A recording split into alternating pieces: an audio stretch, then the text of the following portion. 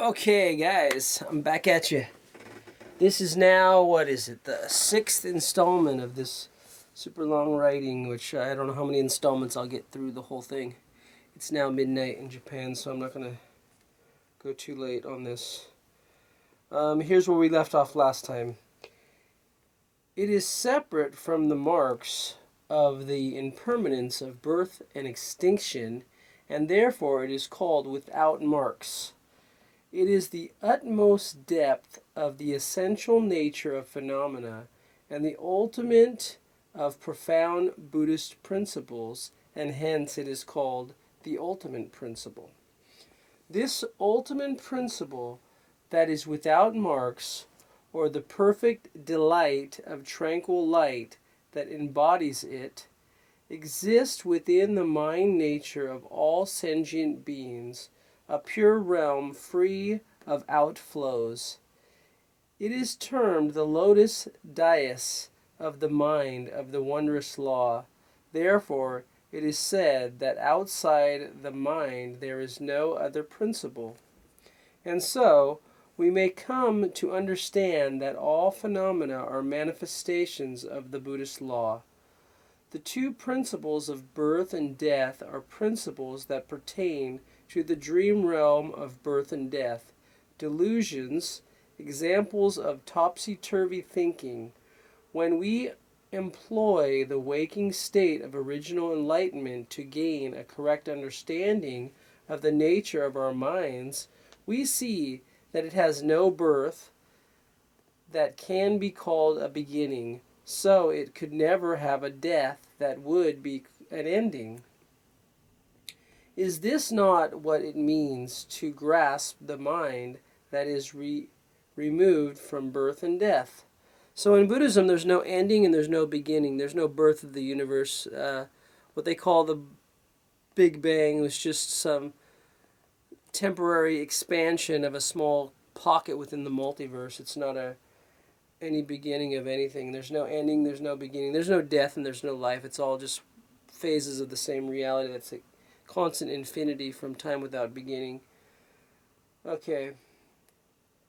This mind is not burned in the fires of the end of a kalpa, is not destroyed by the disaster of floods, cannot be severed with a sword or pierced with an arrow.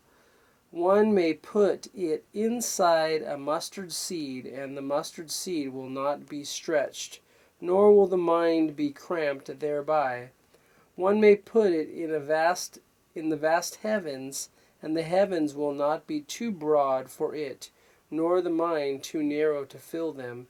So the life state of the original Buddha evolved from time without beginning, which is our original state. I think it's called 32 Comparisons in the Lotus Sutra, I think it was, or was the Sutra of Immeasurable Meanings, I can't remember which one. I think it was the Sutra of Immeasurable Meanings, which is the sutra introducing the Lotus Sutra, which is part of the threefold Lotus Sutra. It gives 32 things, neither too small, neither too big, neither round, neither square, neither this, neither that, which is explaining the true entity of all phenomena, which is this state of life that we all possess from time without beginning. The opposite of good we call bad. The opposite of bad we call good. Hence we know that outside of the mind there is no good and there is no bad. What is apart from this good and this bad is called the unlabeled. The good, the bad, and the unlabeled, outside of these there is no mind. And outside of the mind, there are no concepts. Beyond all such distinctions expressed in words, beyond good and bad, pure and defiled, ordinary mortals and sage, heaven and earth, big and small, east and west, north and south, the four other directions between each of these and the directions of up and down, is that which transcends the reach of words, the place where the working of the mind come to an end. Words are what give expression to the distinctions that are thought of in the mind. Therefore, outside of the mind there are neither distinctions nor the absence of distinctions. Words echo the thoughts of the mind and find expression through the voice. The ordinary mortal is confused about the nature of his own mind and remains unenlightened. The Buddha is enlightened to the nature and manifests it as what are called transcendental powers. Transcendental powers means the power of the spirit to penetrate all phenomena without hindrance. Such freely exercised transcendental powers are present in the mind of all sentient beings. Hence, even foxes and raccoon dogs can exercise the respective transcendental powers that they possess, because their respective shares of awakening arise from the spirit of the mind. So this is getting into us as unlimited beings, and everything living is an unlimited being in its true nature. So we all have the transcendental power. Transcendental power means the power of the spirit to penetrate all phenomena without hindrance. Such freely exercised transcendental powers are present in the minds of all sentient beings. What that means is consciousness is a force that goes against the laws of, or actually transcends the laws of karma and this reality. All the mutable, how should we call it, the immutable laws of science are all actually mutable within the law of consciousness. So the law of consciousness, or our true nature, our true consciousness, will penetrate all the laws of science and can transcend anything. So it means we are infinite beings, and we actually control all life. We control the evolution of life. We are the ones that create life through our thoughts and through our expressions and through our consciousness. So we are the created and the creator of all life. We'll try to get into that more later, and I think this Go show will get a lot more into that later, so I'll just leave that for the later time. From this single element of mind spring all the various lands and environmental conditions. The sacred teachings of the Buddha's lifetime are devoted to explaining this principle. These are what is known as the storehouse of the 84,000 teachings. All these are teachings encompassed within the single entity of an individual. So every person is a single entity of this law. So we encompass all the teachings of the Buddha, therefore we are the Buddha. We are Buddhas from time without beginning. All these are teachings encompassed within the single entity of an individual. Hence, the storehouse of the 84,000 teachings represent a day-to-day record of one's own existence. This storehouse of the 80,000 teachings is embodied in and contained within one's own mind. To use the mind to suppose that the Buddha or the law or the Pure Land exists somewhere other than in one's own self, and to seek them elsewhere, is a delusion. So what this is saying is, if we seek anything outside of ourselves, whether we seek the Gohonzon, whether we seek the true Buddha, whether we seek the historical Buddha, or any other thing, we are deluded, because everything is possessed within our own life. Okay, so this is saying we are all Buddhas.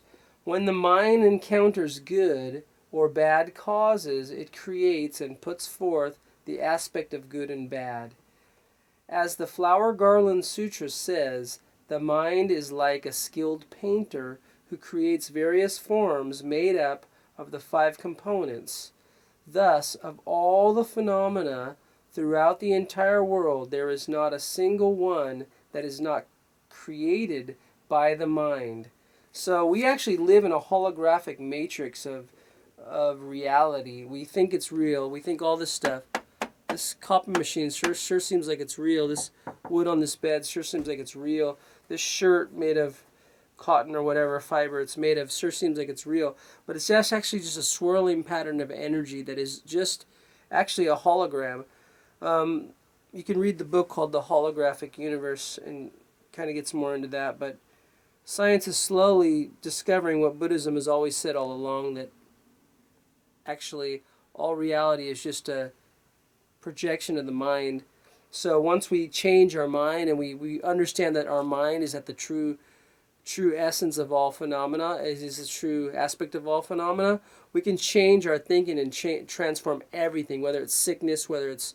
I work with clients all over the world and I do energy healing, and some Buddhist online put some post about what does he think he is? He's a healer. No, I'm actually a Buddha from time without beginning, as this Gosha says, and I have the transcendental powers to penetrate all phenomena. So I can cure people's sickness. I can do whatever Jesus was said to do, which is just another enlightened being like I am. And I do that on a daily basis. So I work with clients all over the world who have all kinds of so-called sicknesses, which is just really a projection of their mind. And once I deal with the mind aspect, I can transcend those things for them, help them transcend them. Okay, where did I just leave off? Oh, right here. When the mind encounters good or bad causes, it creates and puts forth the aspect of good and bad. So good and bad is just a relative term of our own projection of our mind. So there's really no distinctions between good and bad. Because once you become enlightened, you start doing everything that works within your life and everyone else's life for good. There can't be any bad. And it gets more into that later. I don't know if I'll get to that tonight, but it's in this Go show. It's coming up, so please stay tuned. The mind is like a skilled painter who creates various forms made up of the 5 components. Thus, of all the phenomena throughout the entire world, there is not a single one that is not created by the mind. That's where I left off. Okay. The Buddha is the same in nature as the mind, and living beings are the same in nature as the Buddha. In the threefold world, there is only this single mind. Outside of this mind, there is no other phenomena that exists. The mind, the Buddha, and the living beings. These 3 are without distinctions. That means there's no difference, no distinctions, because we are all equal. And the Immeasurable Meaning Sutra says, the Immeasurable Meaning was the first of the threefold Lotus Sutra, from the single law that is without marks, that is devoid of marks, are born immeasurable meanings. This single law that is without marks, this is devoid of marks, is the mind that is present in each instant of thought in all living beings. The words and phrases of the Lotus Sutra comments on this, quote, "It does not have the marks of impermanence characterized by birth and extinction, and hence it is said to be without marks. It is removed from the marks of the nirvana of remainder and the nirvana of no remainder, expounded in the 3 vehicle teaching, and hence it is said to be devoid of marks."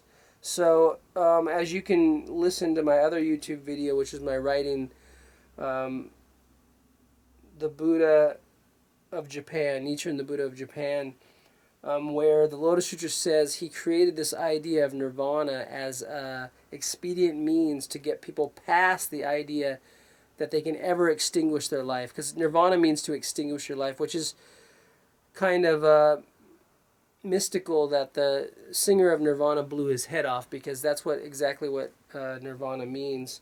So he was making the cause by calling his band Nirvana in the beginning to extinguishing his life. But unfortunately, he never extinguished his life. He's still here. He's probably born as another kid somewhere. probably just as disgruntled, because there's no such thing as nirvana. Nirvana was an expedient means teaching. Okay, this mind that is beyond comprehension constitutes the core teaching of the sutra and treatises. And one who is awake to and understands this mind is called a thus come one. So you and me and everyone else who is awakened to this state, whether you're fully awakened or partially awakened or trying to remember who you really are as an infinite being from time without beginning, is okay. Just the fact that you've listened this far, you're already there. You're already one with the. You're already a thus come one.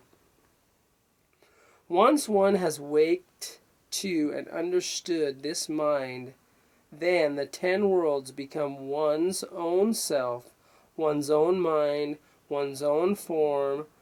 For the thus come one of original enlightenment becomes one's own body and mind. Madhumata Sensei, I hope you're listening to this, because the Buddha of original enlightenment, I'm getting choked up on that one. The thus come one of original enlightenment. You were asking me on the comment, who is the thus come one of original enlightenment? Is it Nichiren? Is it Shakyamuni? And I said, no, it's you, it's me, it's everybody, it's them and everyone else, because that's what this Gosho is saying right here. So you said, where's the quote? Here it is, page 844, and I already read the earlier ones, was pretty much saying the same thing, but this is just reiterating the fact. This mind that is beyond comprehension constitutes the core teaching of the sutras and the treatises.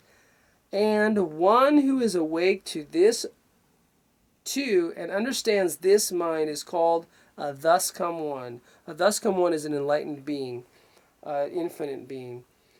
Once one has waked to and understood this mind, then the 10 worlds becomes one's own self, one's own mind, one's own form.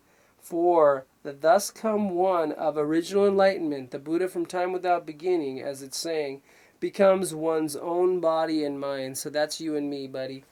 Okay. While one fails to understand this, one is in the state of ignorance. Ignorance means to be without clear understanding. One has not yet become clearly enlightened as to the nature of one's own mind. And of course, the mind in kanji, as I said before, is the heart. It's a heart with a, I forget what's on top of it, actually a tumble, rice field with a heart under it. That's the mind. So if you don't eat rice in Japan, you won't have a heart, you won't have a mind, because you'll die, because without rice you don't live.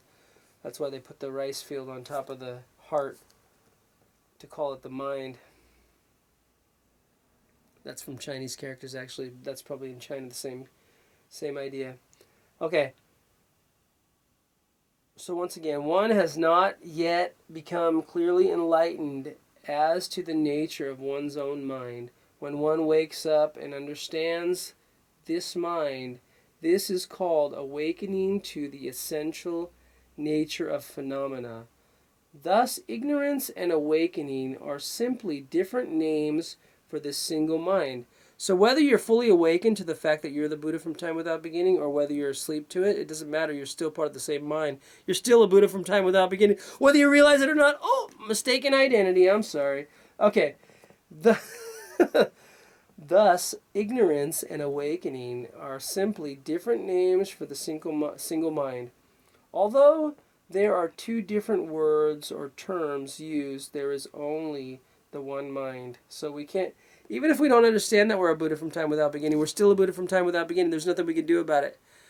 You can be asleep or you can be awake, and you're still the same unlimited being from time without beginning. Welcome to you as an infinite being. Okay, therefore one must not cut off or go away with ignorance. For if one cuts off the dreaming mind that is ignorance, then one will also lose the waking mind, the mind of enlightenment. The whole point of the perfect teaching is to show that one must not cut off the tiniest bit of delusion, for all phenomena that exist are manifestations of the Buddhist law. So earlier teacher was talking about cutting off delusion, but actually delusion is just the tail side of the coin of the head side of the coin, which is enlightenment. So you really can't cut off anything.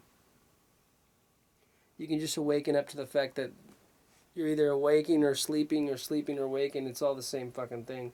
Okay, sorry for my French there. The Lotus Sutra speaks of the appearance, the physical feature of all living beings, the thus come one of the manifest body of original enlightenment, the nature or the mind nature of all living beings, the thus come one of the reward body of original enlightenment, and the entity of all living beings, the thus come one of the Dharma body of original enlightenment. These are the first three factors, the 10 factors of life. Once again, he's saying it over and over and over, which is you and me and everybody else. We're the three bodies of the Buddha. We are Buddhists from time without beginning.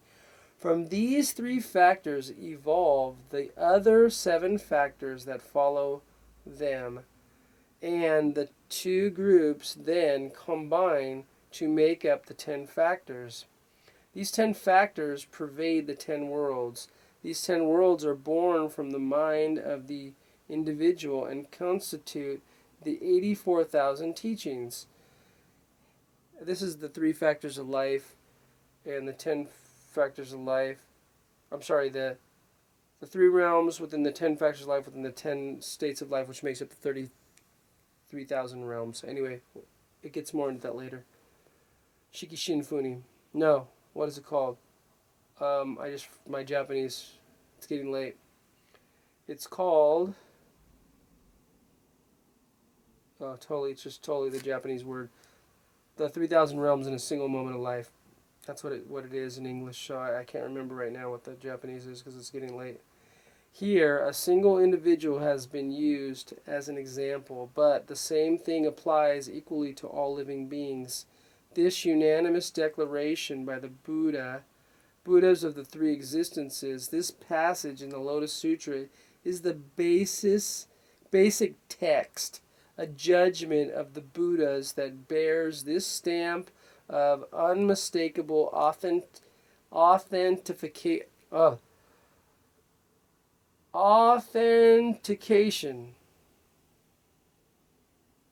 I'm saying that word right. Authentication, yeah. Authentication, that's what it says here. Okay, so this is why this is called the unanimous declarations of the Buddhas, and the whole title, once again, will say it, the unanimous declaration by the Buddhas of the 3 existences regarding the classification of teaching and which are to be abandoned and which upheld. And the unanimous, this was all done in the Treasure Tower chapter of the Lotus Sutra, where this treasure tower raises from the earth, which is depicted on the Gohonzon that you can look up online. There's many pictures of the Gohonzon, but you're looking at one right here. And you're one right now. If you look in the mirror, you'll see you're a Gohonzon too. You're that amazing infinite being from time without beginning, raising from the earth as this big treasure tower with all the factors of life in there. Okay, so this stamp of the Buddhas is the single seal of the true aspect. Seal is another term for stamp. So, honko in Japanese, seal, stamp. Okay, they gave their honko. They approved it with their stamp. You got the stamp of approval. Okay, you're all Buddhists from time without beginning. Okay. All the other sutras lack the seal of the true aspect. So in the second, we do it in the morning and evening. We do the 2nd and 16th chapter of the Lotus Sutra parts reading. The true aspect of all phenomena can only be understood and shared between Buddhas. It is appearance, nature, entity, form, all those different things that is the 10 factors of life.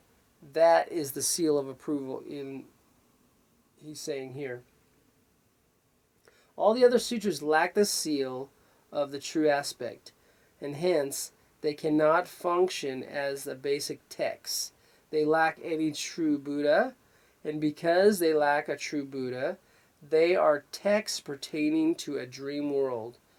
They are not to be found in the Pure Lands.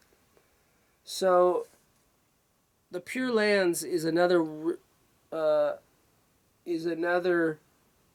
way of saying your enlightened state of life. It's not a place, it's actually a state of life. Though the 10 worlds are 10 in number, the 10 factors are all one. For example, though the moons reflected in different bodies of water are countless in number. So the moon, when it's reflecting down, it's reflecting off rivers, it's reflecting off pools in the backyard of rich people who have pools in their backyard. It's reflecting off oceans, it's reflecting off of streams, it's reflecting off of lakes, it's reflecting off of ponds. It's all the same reflection of the moon. So, it's just like the 10 factors of life. Okay. So, the moon up in the sky is only one. The 10 factors as they pertain to the 9 worlds are 10 factors in a dream world. They are like the moon reflected in the bodies of water, but the 10 factors of the world of Buddhahood are the 10 factors of the waking state of original enlightenment. They are like the moon up in the sky. So only the state of the original enlightenment is the actual true moon in the sky. All the reflections are all the other 9 worlds of delusion. And only when you realize you're a true Buddha from time without beginning are you really practicing Buddhism. If you're not, you don't realize that, and you're praying to some Buddha outside of you, then you're not practicing Buddhism. If you're praying to some scroll and thinking that it's anywhere better than you and it's not your life, you're not practicing true Buddhism.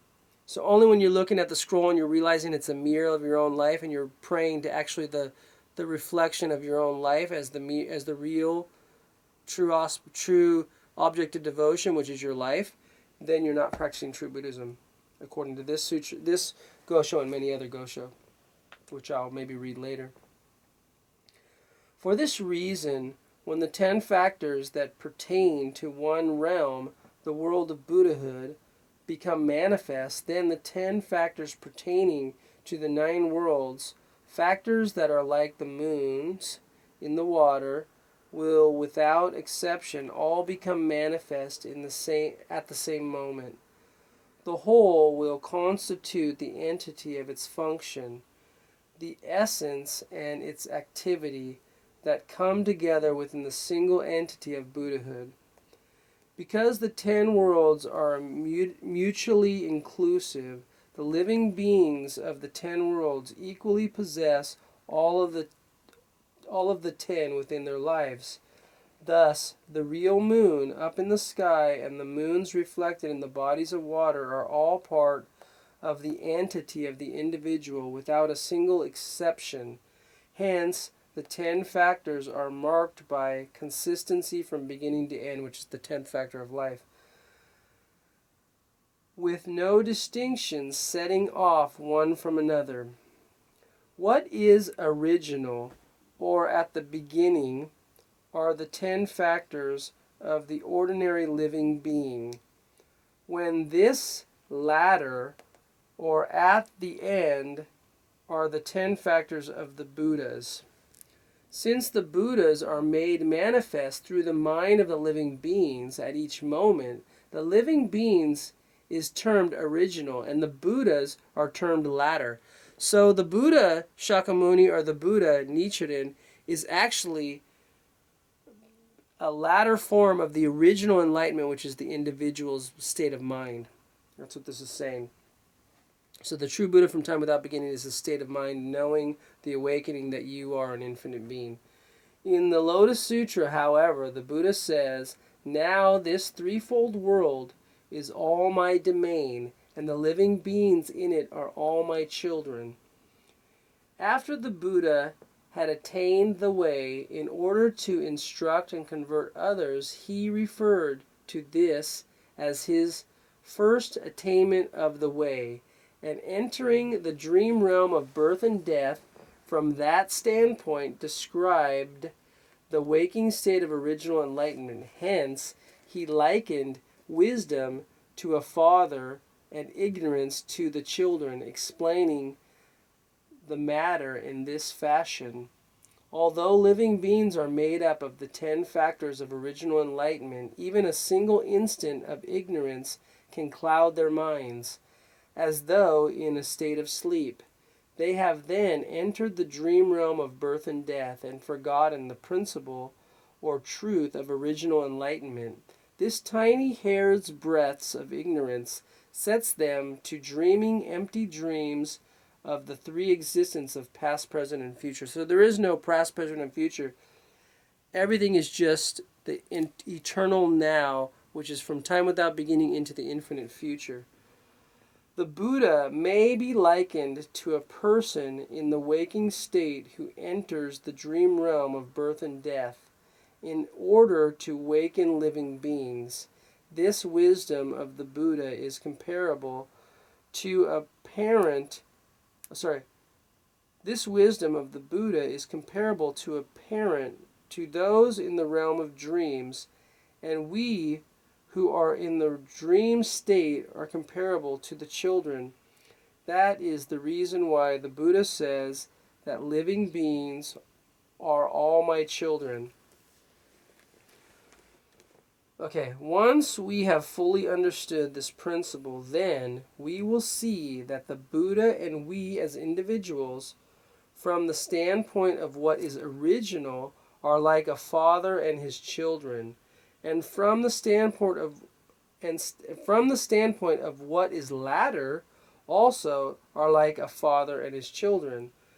The inborn nature of the father and of the children, both in terms of which is original and which is latter, is identical.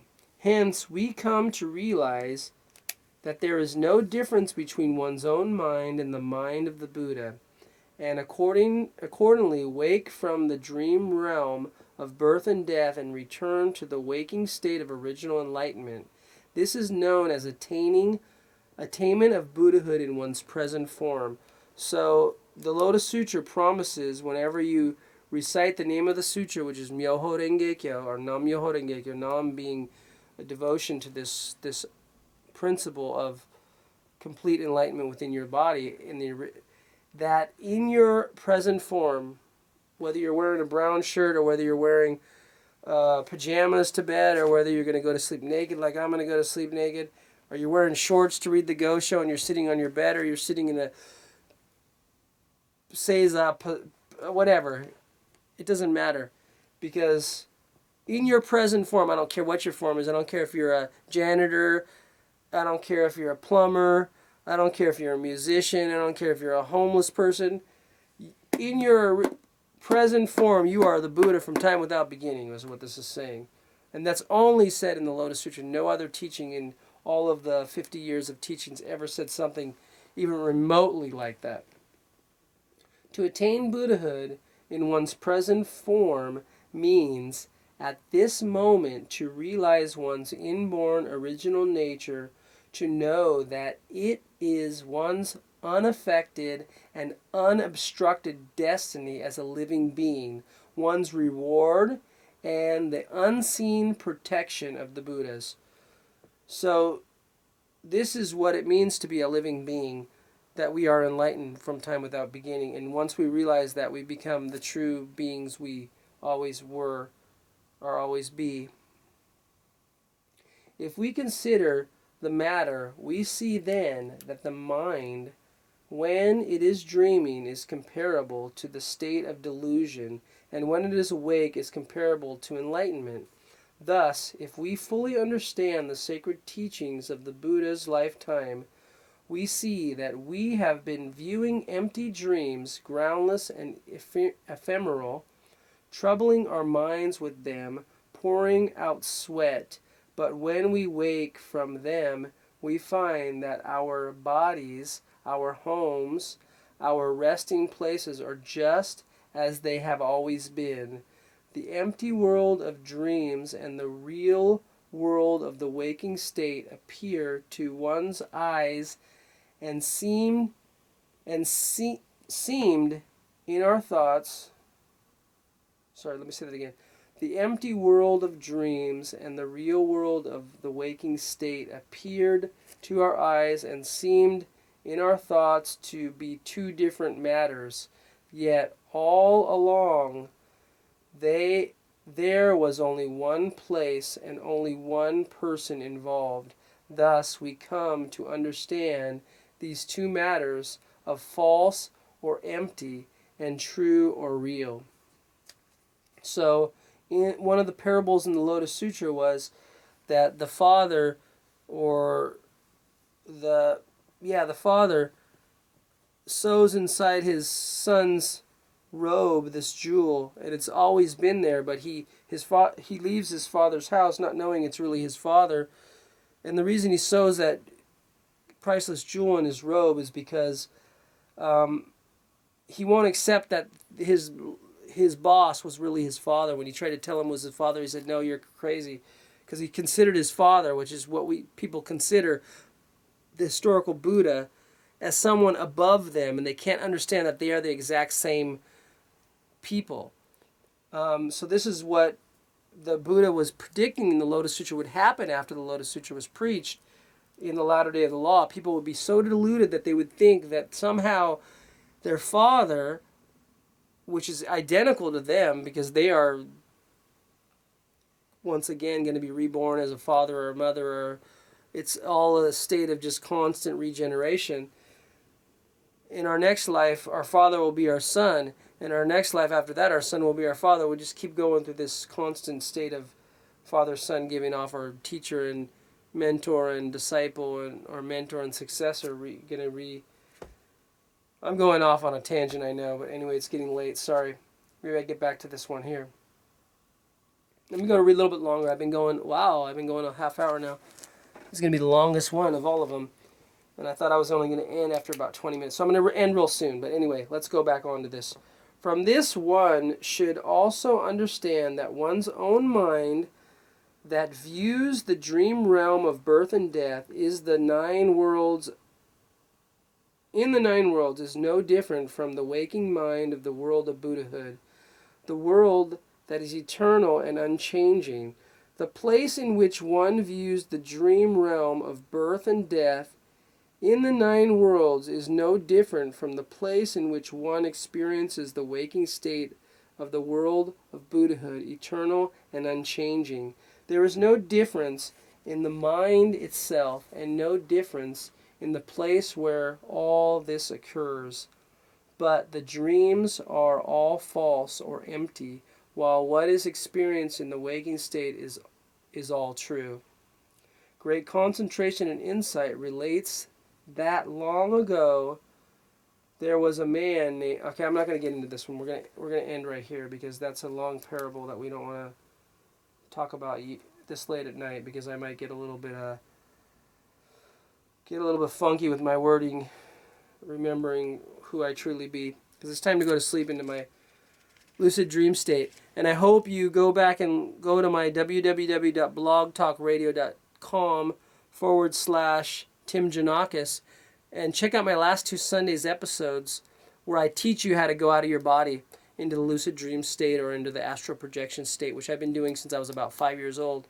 And I've become very proficient at doing it, and I've learned how to do healing within the dream realm, which is pretty amazing because you can actually go into your energy body outside of your physical body, and you can do healing on those karmic storage levels that you think are real, which are just actually your own projection of your mind saying, I owe myself something for all the bad shit I did. And once you can realize that that's just your own deluded state, thinking you have to pay off what you did or what you didn't do, which was all just a dream anyway. Once you realize you can actually transcend that, you can actually get into the